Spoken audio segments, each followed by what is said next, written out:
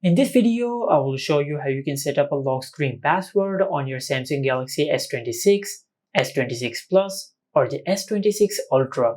Now to do that, just go to Settings, then under Settings, just scroll down and tap on Lock Screen and AOD. Then tap on Screen Lock and Biometrics. Now over here, just select the screen lock method which you prefer. You have the option of PIN, a password, and a pattern.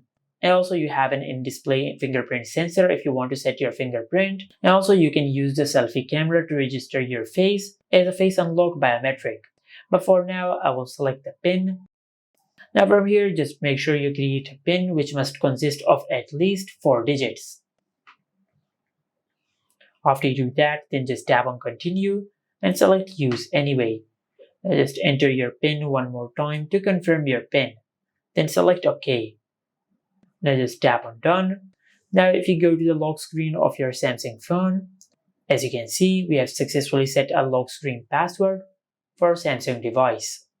Just like that. And this is it. Make sure to like, comment, and subscribe. Thank you for watching.